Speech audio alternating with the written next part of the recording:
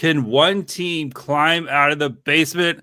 That is known as the Pacific Division. We dig into it next. This is the Locked On Podcast Network's 2025 NHL season preview. Your team every day. Hello. Welcome to a Locked On NHL's Pacific Basement Division preview, where we're going to be looking at the Sharks, the Canucks, the Ducks, and the Kraken. My name is JD Hung, host of Locked On Sharks.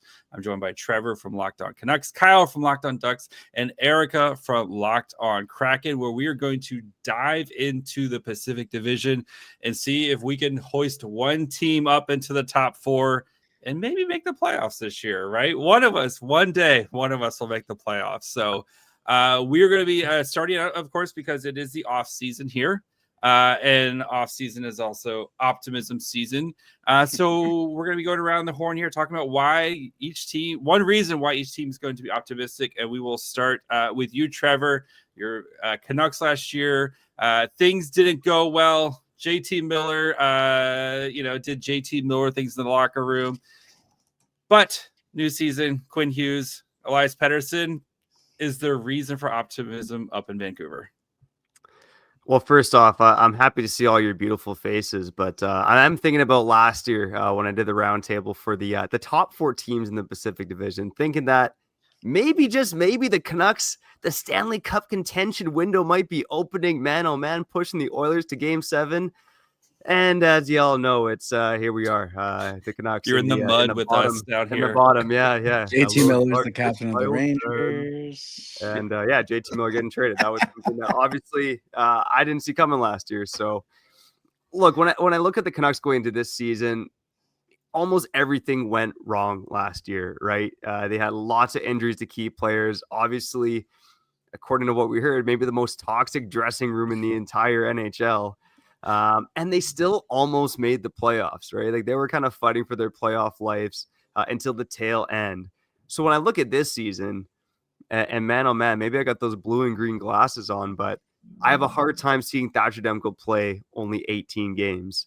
I have a hard time seeing Elias Pettersson have only 45 points. And those are, two of the most important guys on this team outside of Quinn Hughes, who I believe will be a superstar once again. Philip Hronek, a key defenseman, missed a chunk of time last year. I mean, look, this Canucks team, JD, I think you're saying before you hopped on, you can see them being a top 10 team. You can see them being a bottom 10 team. There's a huge variance here based on Pettersson and Demko specifically.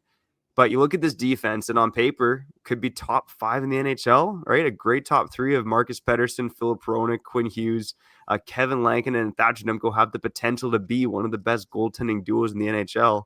And if you couple that with the Canucks offense, even if the Canucks offense is just league average, this is probably a playoff team. Yeah, and nothing fixes locker room cultures like trading for Evander Kane. Kyle, so this feels like the year where the Ducks are supposed to take a step, right? You've been slowly building since 2018. You have all these great prospects who are starting to kind of round into form.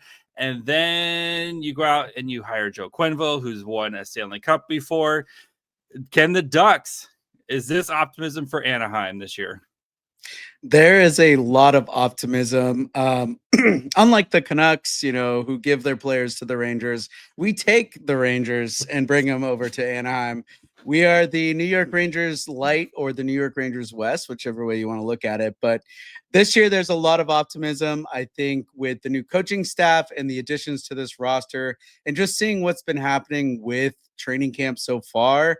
I think there's a lot that's going to come out of the Anaheim Ducks. I think they're going to put the league on notice, and there's going to be a little bit of surprise coming out of the wonderful Orange County out here and making a difference. I look at where these Ducks are, and compared to the Cronin structure that has been the last couple of years, and now looking at Joel Quenneville and the team and just their energy, their effort, it seems like there's just this level of respect that goes beyond, the regular levels of hockey. And now these guys are really putting their efforts and energy on the line. And it's going to be an exciting year out here for Anaheim. I mean, that JT Miller jersey in a couple of years, that Ducks JT Miller jersey is going to be a hot commodity. The Miller McQuinn combo is going to be great. I'm just Miller waiting for McQueen combo. Zibanejad to come out here because the There we Ducks love go. their Swedes. We're all about Sweden out here in Orange County. So Zibanejad, just come and join the boys. We're waiting for you. Erica, the Kraken have been a team that's been kind of wandering the desert here. They made the playoffs their second year, and then it's been, they've been kind of struggling to get back to that. Is this the year that they break through? Well, we sure hope so.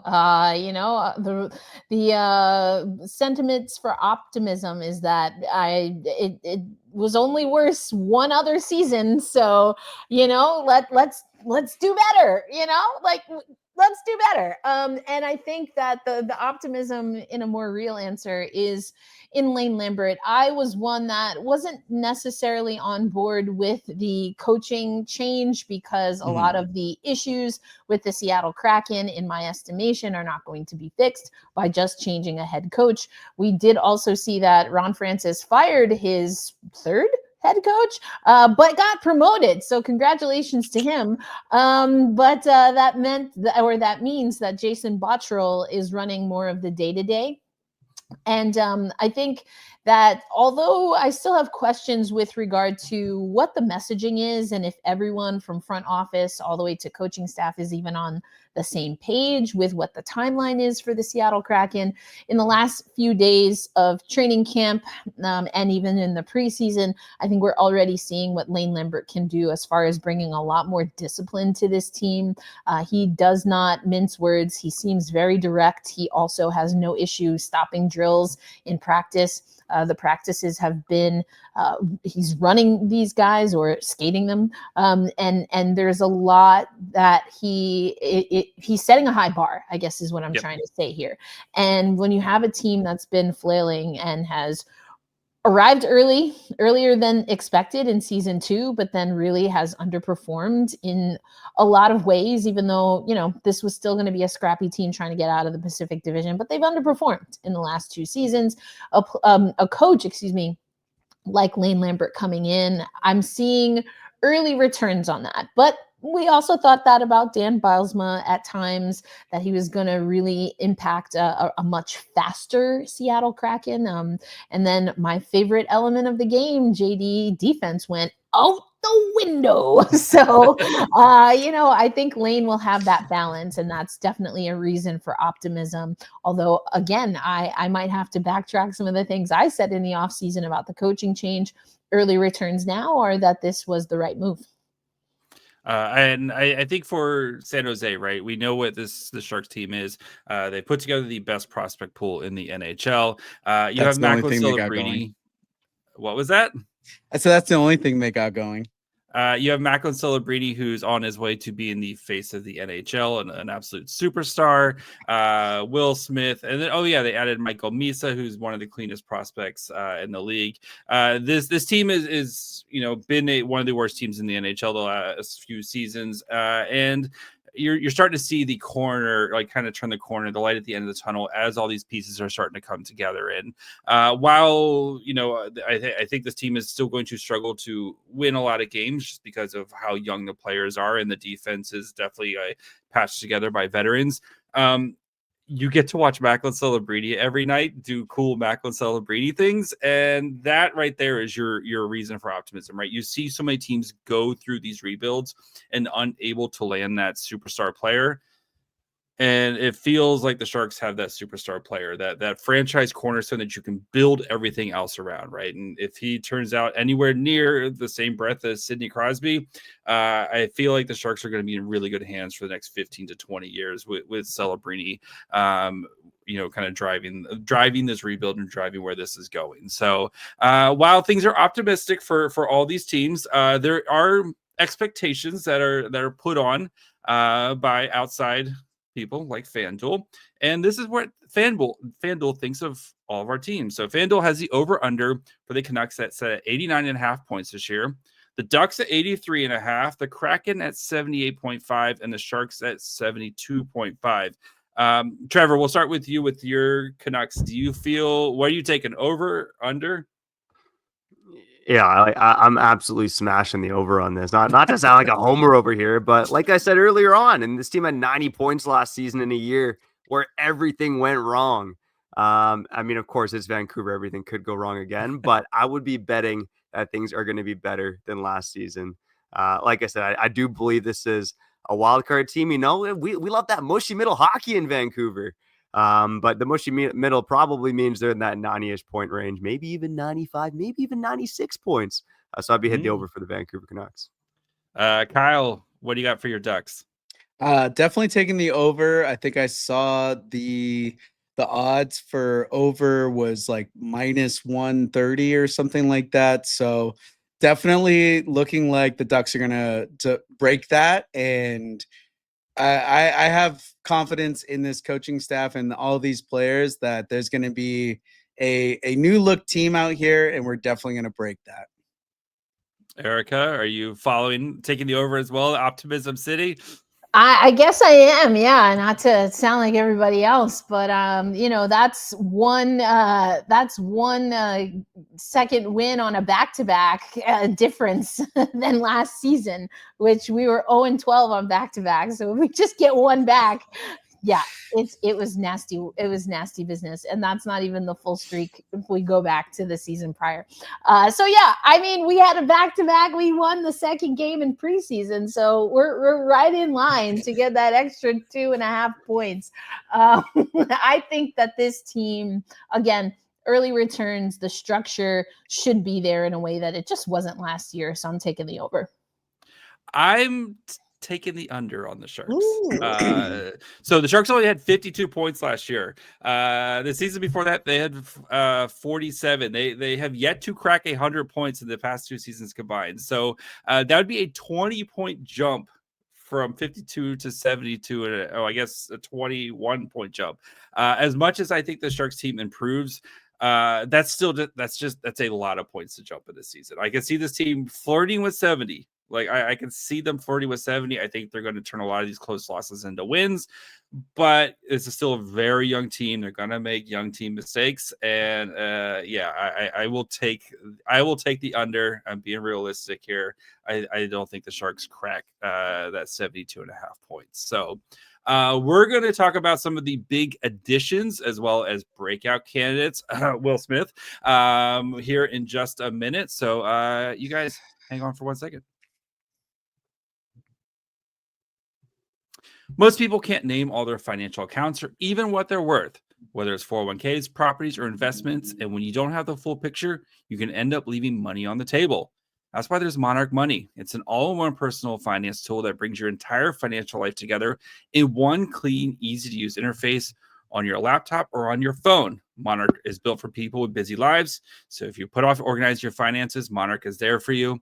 Monarch does the heavy lifting. You can link all your accounts in minutes, see clear data visuals, get smart categorization of your spending, and finally feel in control of your finances without ever touching a spreadsheet. It's like your own personal Puckpedia, people. And the great thing about it, too, is if maybe you and your partner have separate accounts, but are working towards a goal together, whether it's buying a house, buying a car, or just planning your next adventure, they make it super easy to do that. Don't let financial opportunities slip through the cracks. Use code LOCKEDONNHL at monarchmoney.com in your browser for half off your first year. That's 50% off your first year at monarchmoney.com with code LOCKEDONNHL. All right. So before we continue, do of course want to thank you guys for making this your first listen. If you haven't, go check out any of our shows: Locked on Kraken, Locked on Ducks, Locked on Canucks, or Locked on Sharks, wherever you listen to podcasts. And of course, you can subscribe on YouTube as well.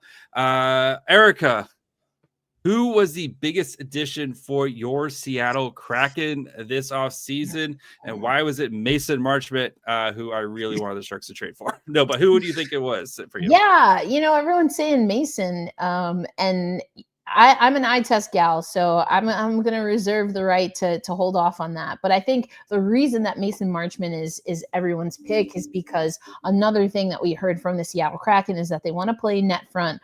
We need a little more moxie, a little more sandpaper, and Mason definitely has that.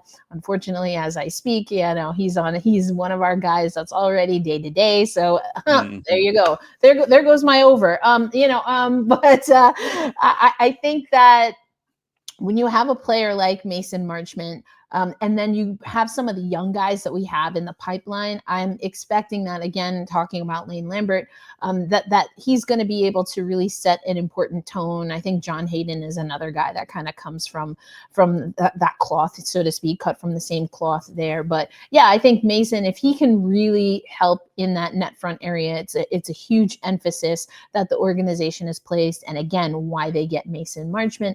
I'm hoping he gets back healthier on that day-to-day. McCann is out, Chandler Stevenson, Capo Caco, who I'm sure I'll talk about on this. So yeah, we need a healthy piece of sandpaper in front of the net for us this season. All right, Kyle, plenty of additions for the Ducks as they, trying to add some pieces. They had a lot of cap space this offseason. Who do you think is the most important addition to your Ducks? There's a lot of ways I could go with this, from the new coaching staff to Chris Kreider to Mikael Granlund. There's a lot of good additions, but honestly, the person that I think that is a big and very important addition is Peter Mrazek. And he comes over with that trade with Detroit, with John Gibson heading over there to the Red Wings, which I can cry about later. But bringing Peter Mrazek over, I think, is a huge piece for Lukáš Dostal. Argue what you want with the preseason, with being too many games or too less games or whatever it is that you feel about the preseason. Dostal gets hit in the head last night, and there was a scheduled change, so he does leave the game to have Kale Klang come in, which it was scheduled, but it didn't look good with after he got hit in the head. And we've seen a couple of times the last couple of years of Dostal getting kind of run into in his net, and now you bring in someone like Peter Mrazek who can really back him up and kind of just let Dostal play his game and feel comfortable that you have someone reliable like him there. And then Billy Husso kind of came into the team at the end of last year, so he's not really a new addition, but just having that backup for him where you got two reliable guys that can really just fill that net for him and not make him feel like he has to be the guy every night is huge for this team. And everything's going to build from the goaltenders through the defense into the offense. And so I feel like Peter Mrazek is the guy that's really going to balance out Dostal and bring new energy to this Ducks team. Trevor, biggest addition the Canucks made this offseason. Man, oh man, I thought I was going to have to copy Kyle there with the head coach. I thought it was going to be Joel Quenneville. He threw the Peter Mrazek curveball there. But, hey. With the Vancouver Canucks, unlike the Anaheim Ducks, there were not a lot of new additions, right? It was Evander Kane, and no, I'm not picking Evander Kane here. I could go with Brady. Why not? You listen to Locked On Canucks for the takes on that. I could pick Braden Coots, who honestly has been one of the standouts at Canucks training camp. And even though he was a 15th overall pick, there's some rumblings that he could make the team to at least get an addition. But I got to go with Adam Foote, right? I think so much matters for the Vancouver Canucks. The entire NHL knows it. If the Vancouver Canucks aren't good, they are probably going to lose Quinn Hughes and slip into a San Jose Sharks rebuild, if we can even rebuild properly, which we've never done in our 55-year history. So I'm going with Adam Foote. Adam Foote got the Quinn Hughes cosign. Quinn Hughes, went on the record saying that Adam Foote is the best coach he's ever had back when he was an assistant. And here he is in Vancouver, where now winning really matters, to try to keep Quinn Hughes here, to try to keep the band together. And everyone kind of thought he was going to copy Rick Tocchet's style and it was going to be the same old Canucks. But early signs in training camp is that he's really tweaking the structure, trying to make the defense more aggressive and really trying to put his stamp on this team. So if he puts a stamp on this team and everything goes well, the Canucks can probably keep Quinn Hughes and maybe be competitive, dare I say, get back into that Stanley Cup contention conversation at some point. And if they aren't, well, the whole thing is going to blow up anyways. So a lot rides on whether or not Adam Foote can get the most out of the team this season. Yeah, I mean, for the Sharks here, there was a lot of additions. Again, as they're trying to kind of patchwork their defense, but I wanted to talk about Dmitry Orlov, who the Sharks have had a bad defense will is nice to say for the past couple of seasons. And I think Orlov is a guy who he's never been the guy, right? He's always had a John Carlson or McAvoy, or like you look at like Jacob Slave, and so he's going to have to be the guy this year for the Sharks when it comes defensively. But I think he's still got enough left in the tank where I think he can help kind of solidify this defense, especially with some of the other pieces coming in, like a John Klingberg, who's we'll see if he can stay healthy. But I think he can kind of hold down the fort while some of the Sharks' young players like Sam Dickinson start to kind of ramp up and get ready to take a bigger role with the team. And if Orlov's good, I think that's going to make a guy like Yaroslav Askarov's life a lot easier, and is just going to kind of make the offense much smoother. So I think a lot rides on Orlov and kind of how well he can manage being the guy on the blue line for the Sharks this season. So I do think he's the most important piece for who was brought in this year. So, of course, going into every season, we have those dreams of guys who are just starting to explode and be just difference makers and take our teams from 52 points to 72 points, or maybe push us in the playoffs or whatever it is. So, Kyle, the Ducks have a lot of potential breakout players, as you have all these young guys getting ready to kind of make that big step. Who's the breakout player for the Ducks this year? Well, I feel like we got a taste of Jackson Lacombe last year with his kind of explosion, and I expect that to continue. And then Cutter Gauthier, Leo Carlson, they both came together last year at the end of the year. But my breakout guy this year that I think is going to thrive under the Coach Quenneville experience is Troy Terry. He's the guy that I think is going to thrive with this kind of quick pace, physical, just simplistic, systematic approach to hockey. You saw it against Utah the other night. Last night against LA, not looking as standout-ish with Carlson. I feel like there's some chemistry missing, but it seems like Quenneville's really trying to push that as they practiced today this morning. But Troy Terry is that guy. He plays such a responsible version of hockey. He's always doing the little things right. And he might not be the guy that shows up on the score sheet every single night, but he's doing all of the little things in the 200-foot game of hockey correct. And I think that's going to exponentially show up to this year with Joel Quenneville. And you're going to see probably a career year from Troy Terry this year. He's my guy. Expect great things from him. Erica, is this the year? I'm going to say Capo Caco. Is this the year Capo Caco finally breaks out?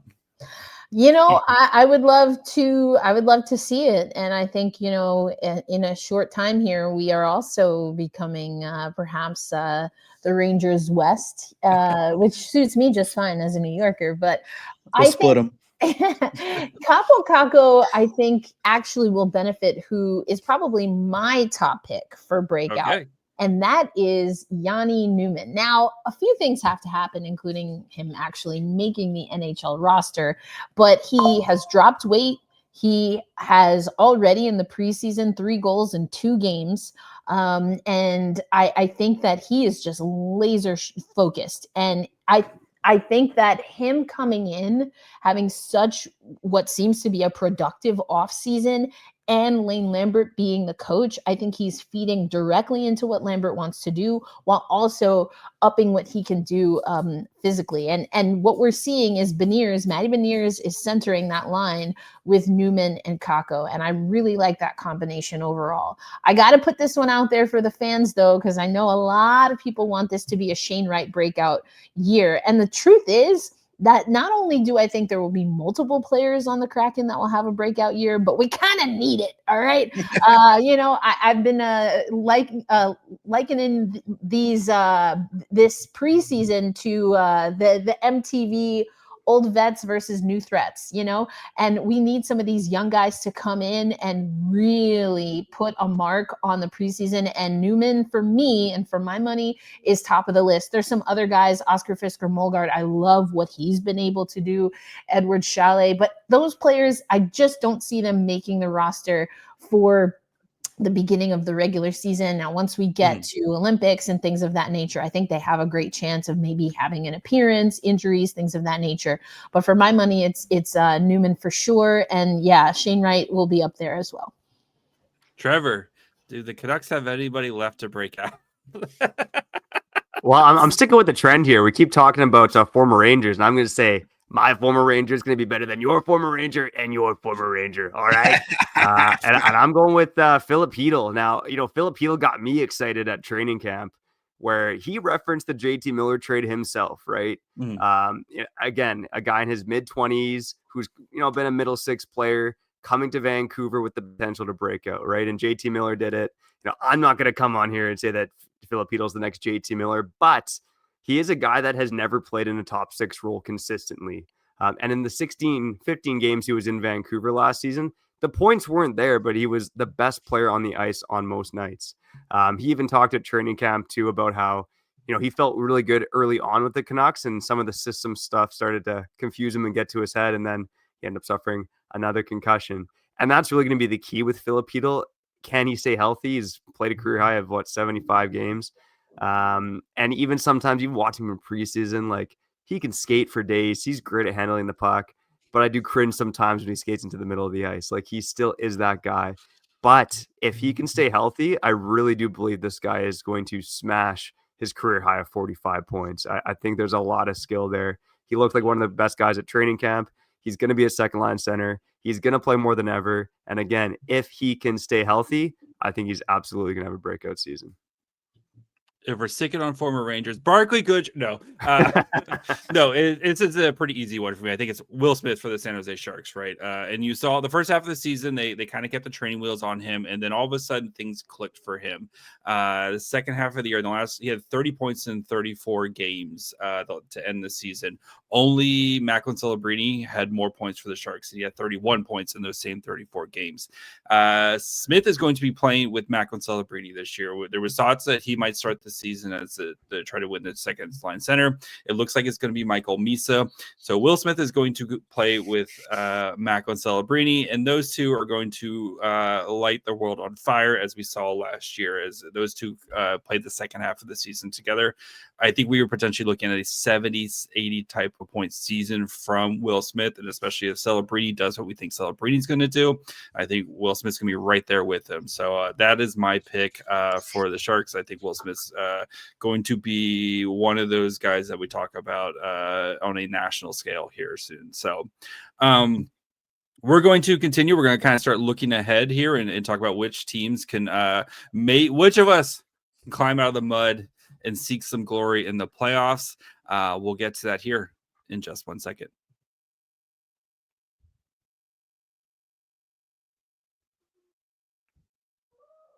All right, before we finish up, of course want to thank you guys for making this your first listen. For your second listen, go check out the Locked On Fantasy Hockey Podcasts. Steal and Flip provide daily fantasy tips to give you over the edge with your league mates while making you a smarter hockey fan. Find Locked On Fantasy Hockey on YouTube, wherever you listen to podcasts, part of the Locked On Podcast Network, your team every day. So the hope is one of us is not here next year. That's the hope, right? And spoiler, I'm going to be here next year because I'm trying to be realistic about this. And so we're going to kind of talk about who we think is going to not get out of here. So I'm going to start. I honestly, I think it's the Canucks. Like this Canucks team, if Quinn Hughes continues to be Quinn Hughes, and the difference of Quinn Hughes on the ice compared to when Quinn Hughes wasn't, is like watching like the 23-24 Sharks versus watching like an actual playoff team. Like the numbers say that Quinn Hughes was that important. He sounds like he's healthy. If Elias Pettersson can return to form and be somewhat of what he was, I think it's the Canucks. What do you guys say? Well, when the Canucks fail to show up during this regular season and then Quinn Hughes goes over to New Jersey to join his brothers, the Ducks are going to sneak up and they're going to be taking over the playoffs this year. But in all joking aside, I think the Ducks have a good opportunity to be in that wild card spot. They're going to be battling the entire season. I think they're going to kind of be a surprise team this year with just the new coaching staff and the new energy around this team and just seeing how things have been around Great Park Ice and the Honda Center. I feel a different vibe than I have in multiple years out here in Orange County. And I'm expecting the Ducks to kind of be right there on that cusp. Yeah. I mean, I think that I'm going to say, of course, it's the Seattle Kraken, right? I think that I have liked what Lane has done. Early returns with the discipline, getting this team focused. That's been a huge thing that's been missing. Great guys, lunch pail guys, and sometimes, you can't eat a sandwich every day, sometimes you need a little bit more sustenance. So I think Lane is bringing that. I do, though. Honestly, I like the two teams that have been brought up. So basically anyone but San Jose I'm cool with. But I think, Kyle, I might be leaning towards your squad. I've said this when I joined the network. It just seemed logically, right? Unless your team tank, forever, that some of the teams, as we were coming into the Pacific Division, they were getting young talent with those high draft picks. And eventually, right, that's going to pay off. And I think we saw that just as we were starting to come into the division with LA. We see what they've been able to do. Vegas has stayed there. And for me and my money, I think Anaheim is the next team to do that and be what the Kraken continue to say we want to be, which is a perennial playoff team. I think I don't know what our timeline is. The 5-year plan, which would be this season, I think is out the window. So I think we're now at another maybe 3 to 5 year plan. But Kyle, I like what your squad's got going on. Thank you. Yeah, when I'm looking at all our teams right now, I think sorry, JD. I think you're definitely in the bottom. At least you know it. Maybe I'm still in denial, right? Based on these conversations that have been going on. But for me, it's San Jose and Seattle that I think are still here for sure. I think, Seattle's ceiling is probably like this 80-ish point team, right? I mean, there were nights the last season, right? I think we played the Kraken in January. We got our butts kicked. We were missing Hughes and Pettersson. And I'm like, man, without Hughes and Pettersson, we are the Seattle Kraken because Kraken have some good defense. They got some players, but they got no stars, right? So the Canucks stars can be their stars. I feel good about us being out, but I really do think it's between the Ducks and the Canucks, right? And I look at this Ducks team on paper, and I don't feel like they're that much better. I think these guys, young guys, could take a step. Nothing about Chris Kreider or Mikhail Granlund or Jacob Trouba, being there. None of that excites me. But can Joel Quenneville coach that team up and get them into the playoffs? He's missed the playoffs, 3 times in 20 plus years of being a head coach. So the odds are on your side. Again, on paper, I don't love the Ducks making it to the playoffs, but again, Cutter Gauthier and Leo Carlson could absolutely take the next step. The defense is still a mess, but if one of those guys takes a step too, plus the Joel Quenneville factor, then it could be a tight race between the Ducks and the Canucks for one of those teams to make it in. All right. And if things don't go well this season, what is at stake? So, Erica, we'll start with you. I know, again, new coach, hopefully there's some, little bit of the honeymoon period, but what do you think is at stake for the Kraken if things don't turn out well this year? Yeah, this is such a dicey question. I've been trying to get a sense of if Lane Lambert has a super short leash here, just given all of the coaching changes and the Dan Bylsma change. I really just think he, I don't know, he ate someone's lunch or something. I don't know what happened. He took it out the fridge and they were like, you gotta go. But I think that what's at stake here is that you had a lot of excitement for an organization and for a city where now things are starting to turn to not if, but when the Supersonics return, and you're going to have that air sucked right out. And if you can't win, you're a mediocre at best team, which is honestly where the Kraken have been. And the conversations that I'm hearing around the organization, we're not team tank, or at least that's what we're hearing, but we're not necessarily going to make that huge jump. I mean, we all agreed on that, right? for the most part. So I think what's at stake here is that you have an organization that was built really well from all of the optics perspectives, but it never really panned out on the ice sheet. And I would say that Ronnie Francis is in trouble, but it seemed like he got bubble wrapped when he got promoted to president. So I guess Lane and Jason are going to have to take that if it doesn't work out. Tough. Yeah, tough. Trevor, I mean, we kind of touched on it before, but this feels like a massive season for the Canucks where you could either be, again, entering the playoff conversation and everything's cool, or you could be going through a very painful rebuild here really soon. Is it really the stakes that high? Yeah, I think the stakes are that high. I think there's already been some reporting going on, within the past couple of weeks that Canucks management, if things don't go well, they could be under the gun, right? Time has flown by, as Patrick Allvin said recently. It is year 4 on the job for him. Jim Benning got fired in December of 2021, so it's been a while. These guys have had their time to put a stamp on the team. Everything was trending in the right direction until last season, and they got to take some blame too for how the whole Miller-Pettersson situation was handled. So if things look more or less like that last year, I think Canucks management's under the gun. And of course, like we've all talked about, it's Quinn Hughes is likely leaving, and I might be here for a long time, guys. It's okay. We have jackets. Kyle, we again, like, vibes are good, things are going well, so kind of feels like if maybe they don't kind of meet expectations, like you still feel like you're heading in the right direction. Is like, doesn't feel like it's as dire for the Ducks this year if they don't make the playoffs. Yeah, I think there needs to be an improvement in the points at least, and they need to be a competitive team this year. And even if they don't make the playoffs, as long as they're kind of right there in the cusp, if they're bottom, like hanging out with the Sharks, like no pun intended, being bottom feeders, if that's the case, then there might be an issue with Pat Verbeek. I think Pat Verbeek's been kind of pushing the overall fan base in a negative direction, and especially looking at how he's handled players like Trevor Zegras, Jamie Drysdale, now Mason McTavish. We're 7 days into this training camp and still there's zero movement.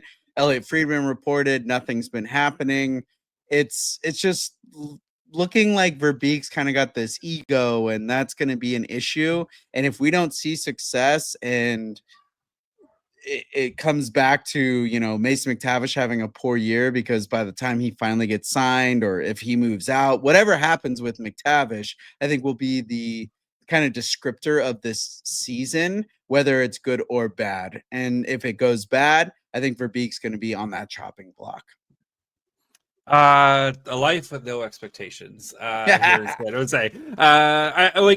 I think fans, though, want to see improvement, right? And is something I've been kind of harping on with my show is you can't three-peat. Like the Panthers are going for a three-peat. We're trying to avoid the three-peat of being the worst team in the NHL, because it's not a great look if your team is the worst team in the NHL for 3 straight seasons. And I think if the Sharks are the worst team in the NHL, it brings up bigger questions of like, well, is Askarov this guy that we expect him to be? And is Celebrini, can be this guy? And what about Eklund and Smith, et cetera, et cetera? I think it poses more questions. And while, again, I don't expect this team to be up in the playoffs and stuff, but can this team be just more competitive night in and night out? And we saw that last year under Ryan Warsofsky, where they were a very competitive team on most nights. And yes, you got your 7-1 games mixed in there as well. And I think there's gonna be less of those. And I think there's gonna be less third period where they lose leads in the third period.